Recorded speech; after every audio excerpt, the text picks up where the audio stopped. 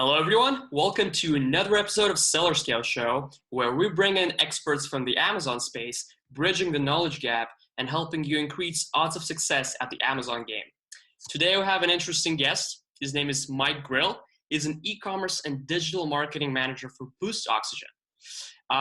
Today, we're going to hopefully have an interesting interview. Some of the topics I want to cover is what does managing an Amazon channel for an established company like Boost Oxygen look like? How do you sell hazmat products on Amazon properly? And what do you do with resellers who violate the brand's MAP policy? And much, much more. So hopefully this will be interesting. Mike, it's awesome to have you. Thanks for having me.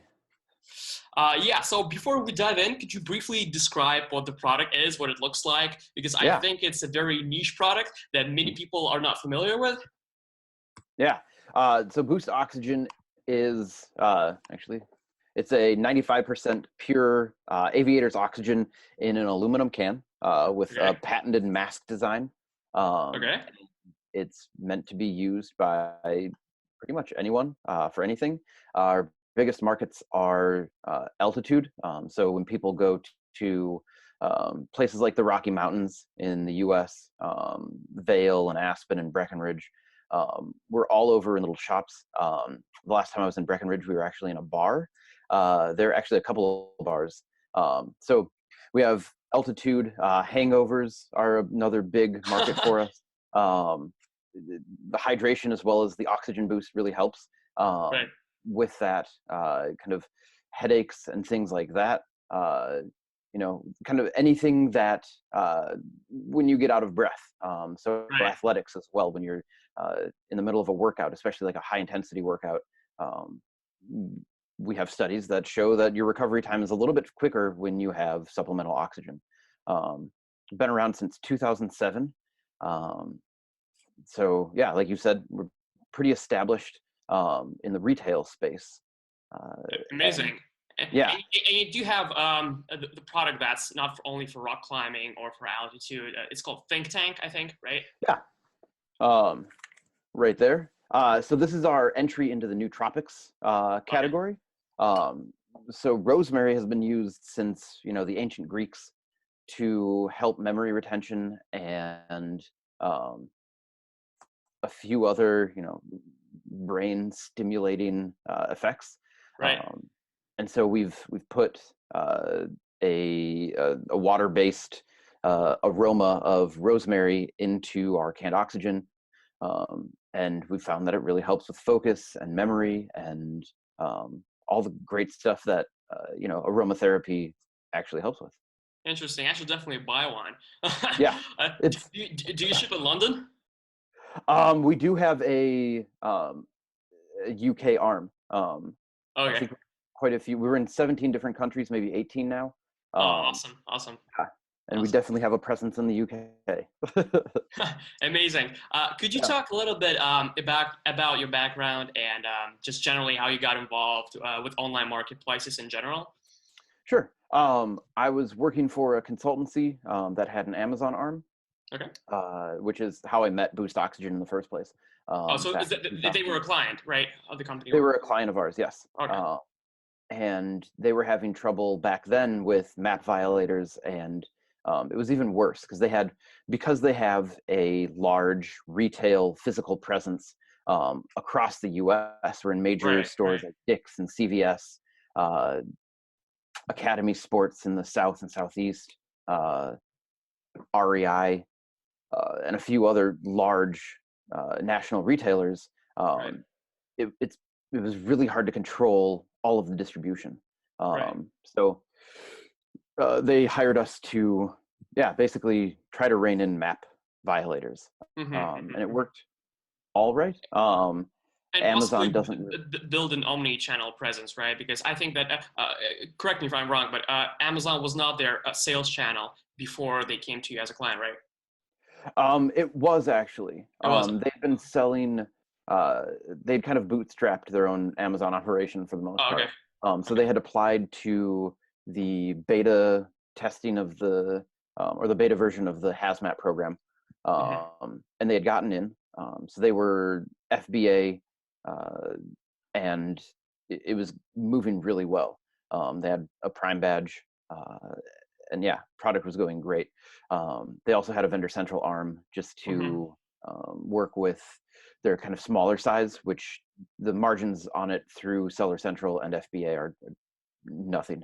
Um, so they found they were able to make a little more income or revenue by selling their pocket size to Amazon through Vendor Central. But yeah, the supply chain was a mess. Mm-hmm.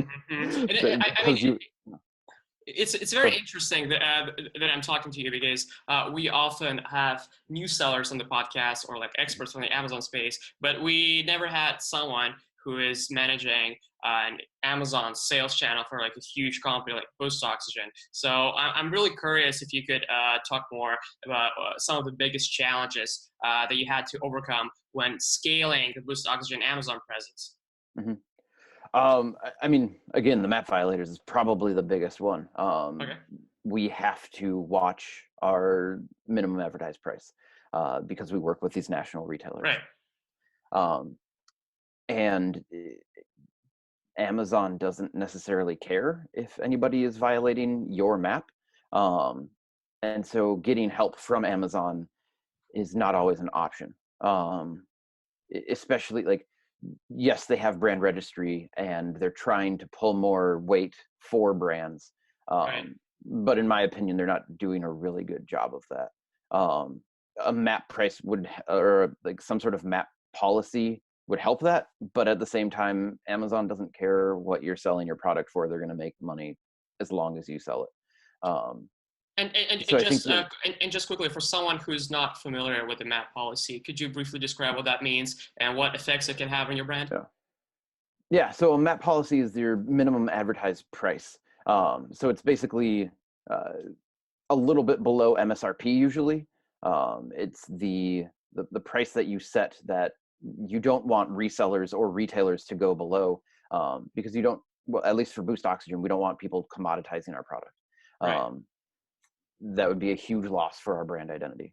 Right. Um, yeah. So we do deal with people who get a cheap shipment of Boost through a distributor, or they know somebody. We've had pop-up shops in especially New York City Hmm. where we'll get an order for 100 150 cases of Boost, and when we follow up, it looks like a real store, but they're just doing Amazon sales out the back. Um, Mm-hmm. so it's like we deal with everything from our national distributors with an Amazon arm to our e-tail partners, basically, who have really solid distribution networks, to these like pop-up shops that kind of, it's like playing whack-a-mole. They can show up overnight, they can change their seller name, and there's really not a good recourse to stop them from commoditizing the product. Interesting. And you mentioned that Amazon doesn't do anything or not enough to penalize those who violate the MAP policy. But still, how do brands ensure that MAP policy is enforced, and how do they get protected when working with resellers on Amazon? Um, for us, it's been really a lot of heavy lifting. Um, Basically, we go and we order from, uh, we reach out through Amazon, through like the kind of buyer channel to Hmm. get a hold of resellers. Sometimes that's effective. Usually it's not. It's like shouting into the abyss. Um, if they don't respond to us, we put together a strongly worded email that Hmm. says they need to get back to us. If they don't get back to us, then we typically order from them and then swim upstream in order to find out where they're actually located, who they're getting their product from. We've had to get creative with our map policy as well. So it used to be don't go below this price. If you do, we're going to warn you. If you do it again, we're going to fire you essentially. Right. Um, we've found that it's much more effective to increase the price per canister that we're selling to them. So as soon as we Mm. find out who they are and who they're getting their product from, um, we give them a warning, and then we increase their price per can by $1, which is a significant amount, especially when you're selling through Amazon and you have all the fees tacked on. Right. Uh, Right. Your and margins then are basically zero. Yeah. yeah, and then if we catch them again, we raise their price per can by $2. Okay. And that usually gets the message across. It basically ensures that if they want to make any money selling Boost Oxygen on Amazon, they have to abide by our MAP policy. Um, so Right, right. it's Interesting. taken a while to get there, but it it seems effective at this point. Interesting. And you mentioned that Boost Oxygen products, they fall under the hazmat category. And Yeah. for those who are not familiar with it, it means dangerous goods category. And Mhm. by the way, it seems that Amazon is currently not accepting new applications under the dangerous goods program, right? Yeah. So it would be interesting to know what options sellers have who want to sell hazmat products. And how does Amazon define whether a product is hazmat or not? Let me answer that last bit first. Okay. I have no idea, and Amazon has never been clear about it. Okay. A really quick history. So Boost Oxygen was part of the beta program for hazmat distribution centers, and that was going pretty well. But every so often, they would shut off one of our SKUs, and they would say, "You can't sell this hazmat anymore." Um, and they kind of whittled away at all of our SKUs until about May of this year, when they notified us that our two best-selling SKUs over the past, I mean, since forever, were no longer hazmat, or were hazmat, and we could no longer sell them. They gave us warning. They said, we can't return your product to you. We'll allow it to sell through for another month or two, but any product left over at the end of that sell-through date is going to be destroyed, Right. which is a huge waste of money. But yeah, so it's like our product is actually not considered hazmat. We have the safety data sheets and exemptions from the U.S. Department of Transportation to prove that. We can't Uh-huh. ship via air, but we have all of the documentation that says there's no flashpoint, there's no real safety issue with our canned oxygen. But because it's a pressurized canister, Amazon has qualified it as hazmat. Um, so really the only way to sell Boost Oxygen online is by fulfilled by merchant. Um, and that's how we do it right now. So we Mhm, work with a couple other resellers. We've partnered with them, and they sell FBM. mhm, mhm. We sell FBM. Every so often, there's an FBA seller that pops up. I don't know how they are able to sell FBA, because even when I go to even when I look at the SKUs that they're selling FBA and try to turn those SKUs back on for us, I get warnings and errors, and Amazon tells me I can't sell this Mhm, FBA. Um, mhm. so it's kind of a frustrating uh, maze that we've never worked our way around. Um, Interesting. that And answers. yeah, absolutely. I'm curious, what are some of the challenges that come with selling hazmat products that sellers should know about? What are some of the other challenges that you encountered? Definitely getting authorization from the U.S. Department of Transportation, Okay. um, and just making sure that all of that paperwork is done well. Um, Did you do it by yourself, or did you hire some agency or maybe lawyers? How does it we work? did it by ourselves pretty Uh-huh. early on. It was a major part of how we were able to, distribute Boost. So we can't distribute, we can't sell, nobody can ship Boost via air. Uh-huh. Um, because it's a pressurized canister. It also Right. falls under the TSA guidelines. You can't take it on a flight, at least a commercial flight. Right. They are used by a lot of pilots in like single cabin planes where you have to have some sort of supplemental oxygen. Um, but yeah, it's really making sure that all of that paperwork, um, all of the terms of how you ship and how you distribute and how you um, yeah, package your product. All of that has to be airtight. You can hire companies that can kind of help you, um, and the Department of Transportation uh, will only tell you what you've done wrong in your sheet, Okay. so that you can't really get advice on how to necessarily file your paperwork, or like Right. what to do in order to be not classified as hazmat or classified as hazmat that you can ship. Right.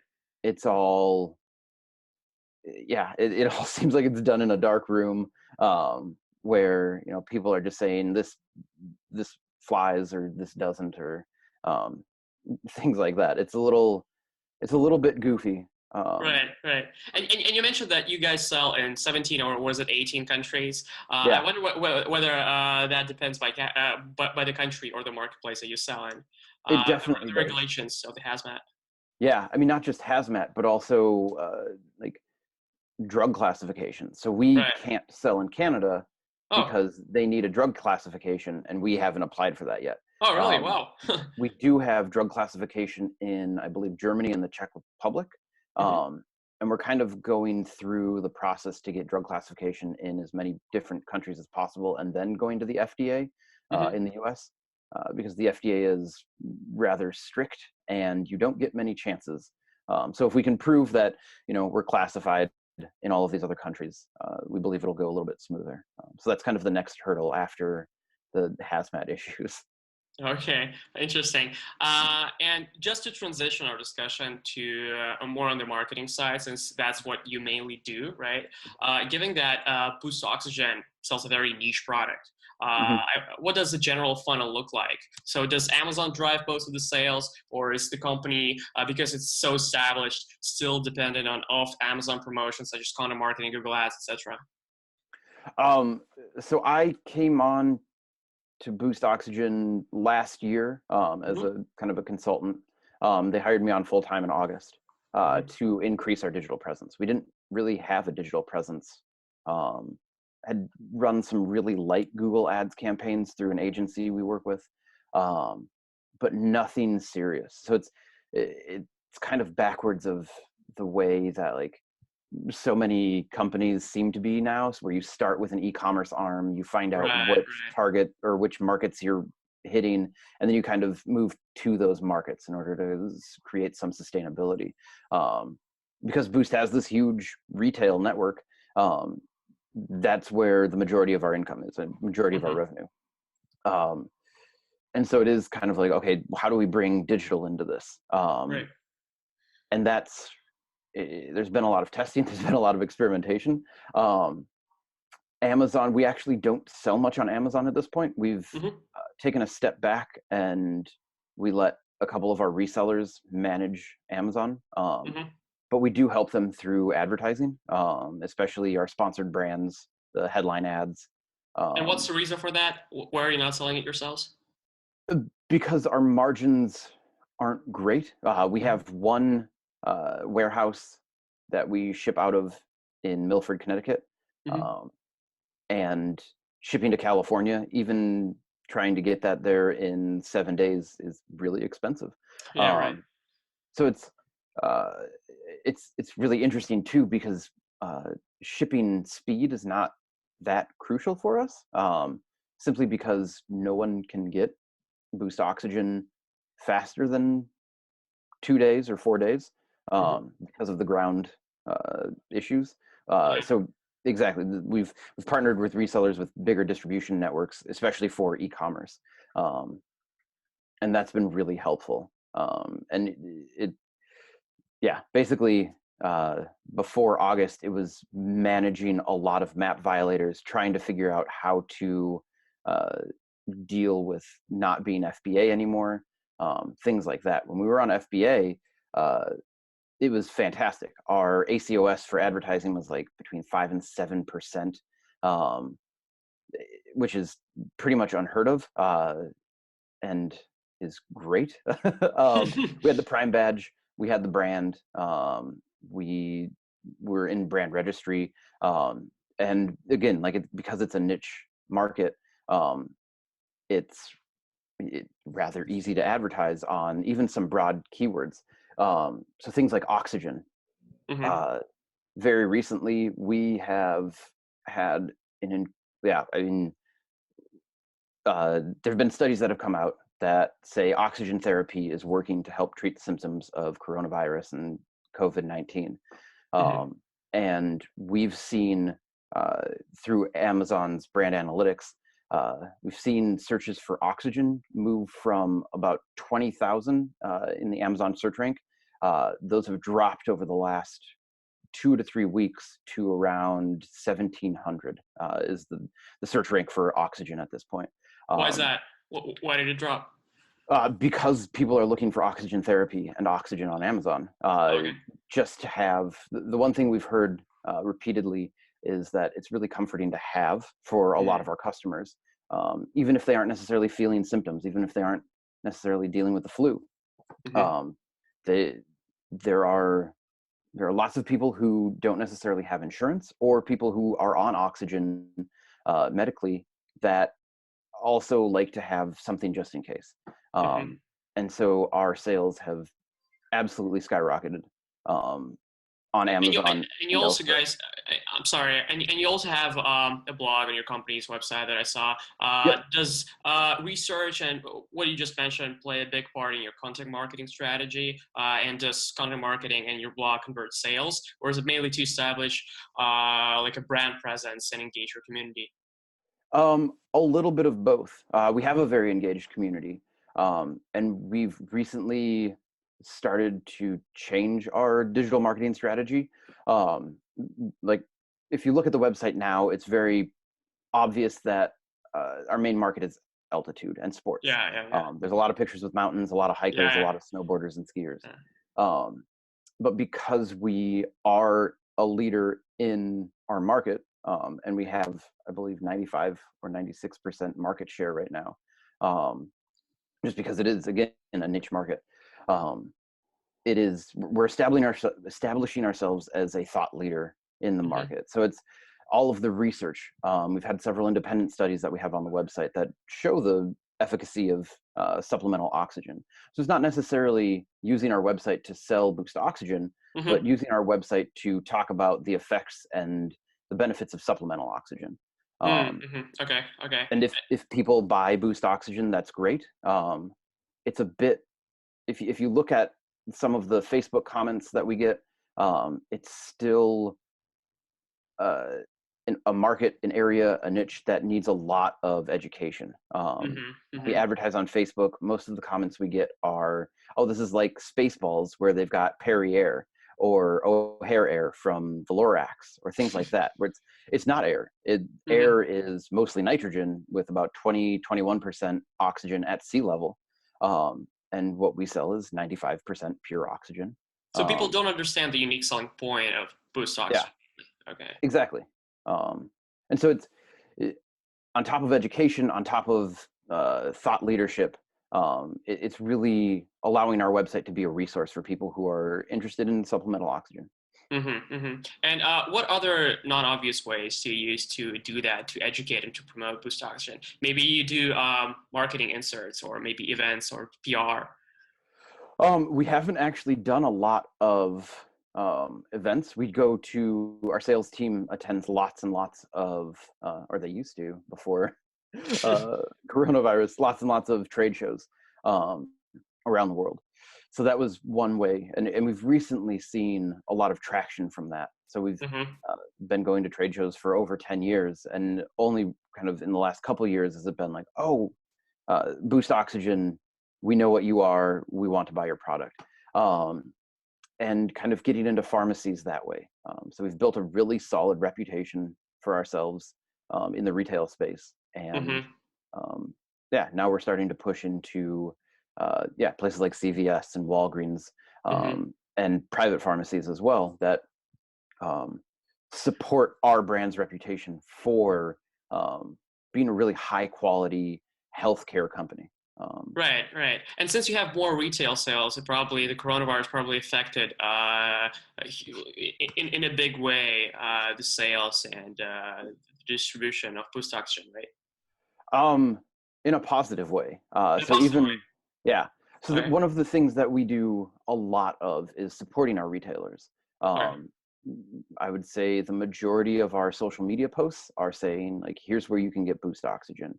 Hmm. Talk to the folks at Shields or Christie Sports or REI or wherever you are. There's 7-Eleven. And so since the whole outbreak, our retailers have been really appreciative of that, because I think there is, to some extent, a lot of people that are not necessarily wanting to go out. Right. So our online sales have increased 100-fold. Our retail sales also increased, 50 to 100-fold. And so it is really like supporting that and trying to figure out how best to keep everyone in stock. Interesting. And I wonder if you're starting to work with a new e-commerce company of the size of Boost Oxygen right now in Mhm. 2020. What would your initial process of creating an Amazon strategy, or maybe just an e-commerce strategy in general, look like? So, what are the first things you would look at in a company? Because mainly this interview will be helpful to brands and for established businesses who are maybe not on Amazon yet, but they want to go there. So, I wonder if you were working with them, what kind of process you'd go through. Definitely. Um, it's kind of a mix of rather old school techniques of just, going in and looking at the market. Um, I think there's a lot of tools out there, especially for Amazon, that kind of purport themselves as here's how to find your next sale, or this is a tool you can use to find out which market on Amazon will have a really good product that you can sell. Right. Um, and those are kind of helpful to some extent. So, especially for competitive analysis. Um, but yeah, I mean, you have to get into Amazon and just search for the products that you want to sell, to see what's out there. Um, I at a former agency, I was working with Nike, and Hmm. they were thinking it was a separate arm of Nike, and they were thinking about selling on Amazon. And it was like, well, you have a unique emblem, but if you search Amazon for Nike, you get inundated with millions of different shoes. Not all of them are Nike. Some of them are selling for hundreds, if not thousands of dollars. It's just a mess. Hmm. So it's like you could think you have a really good product, but when you get into Amazon and search for that product, you could find out that it's not going to be worth your time to try to put in the effort to get your results to show up first or second or third. Um, I think, yeah, like I said, competitive analysis is also hugely important. Um, and not just that, but like your your competitors aren't always the people with the other brand. Sometimes your competitors are your resellers, and that's what we've found is that we don't want to compete with our resellers. We want to help support our resellers instead, Right. um, which I think is a little bit different because I think a lot of people want to sell on Amazon to have their own business or Hmm. make their own money, and Boost Oxygen is using our own money, kind of at a loss, to help advertise for our resellers, to help them move product. Not really at a loss. It wouldn't be worth it if it was at a loss, but we're not seeing direct sales from our advertising is, I guess, the best way to put that. Hmm. Yeah, it's also, the internet and Google and Amazon are great search engines to find markets, and to find out what's going on or what's available to people right now, and then kind of figuring out what you have to offer that's different from those. Um, yeah. And is Amazon in this respect a viable strategy for an established business, or is it only for new e-commerce companies like a one-man show, or like I don't know, like a sister and a brother selling something from a garage? Yeah. Um, I think 3 or 4 weeks ago, I would have said, um, Amazon is mostly for smaller sellers, selling out of their garage to some extent. Um, but I think it's changed a lot, especially with coronavirus, where people are now like, you don't, in a state like Oregon or in London where everything is locked down, even thinking about going to the store is like, well, is that really worth it if I can have it delivered to me? Right, Amazon's an immediate option. right. Um, I think Amazon is also moving in a way that you have these massive resellers that sell a little bit of everything. Hmm. Um, and we've noticed that with some of the map violators we have, where it's not a traditional Boost Oxygen reseller. It's somebody who's selling anything from like mac and cheese to climbing equipment to car accessories, and then they see that Boost Oxygen is a hot product. They buy it from a distributor and they start selling it too. Hmm. Um, Hmm.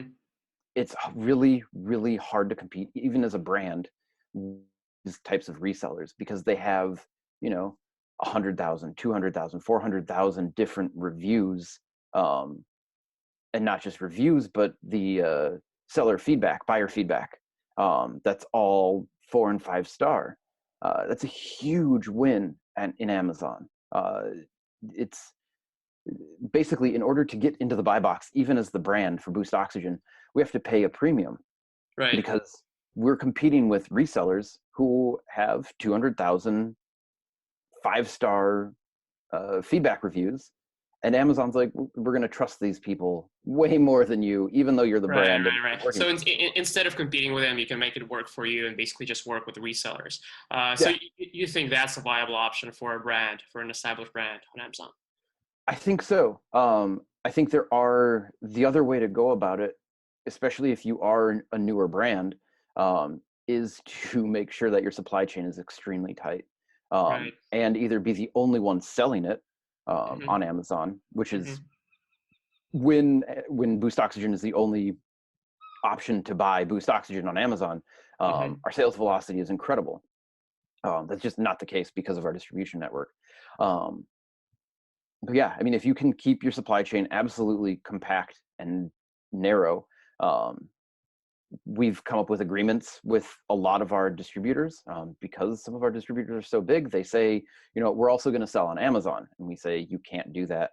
Um, we only allow these brands or these resellers to sell on Amazon, um, and it's helped kind of ebb the tide of resellers.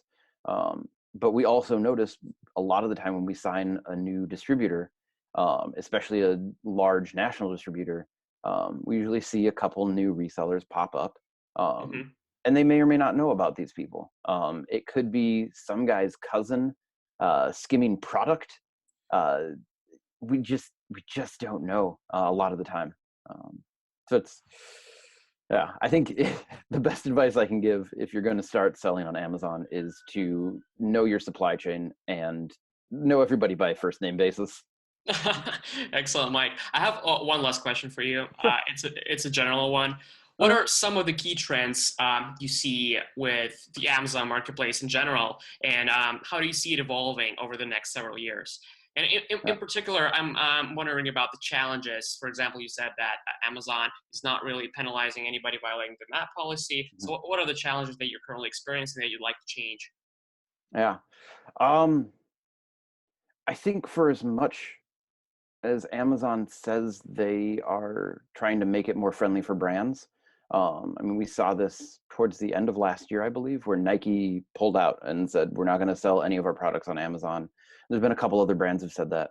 Um, yeah, for as much as Amazon keeps pushing to get brands, um, I don't think it's going to be a viable option for most brands because if you try to bring a well-known brand onto Amazon, there are going to be people who see that and take advantage of it, and Hmm. then you end up with a supply chain that's all over the place.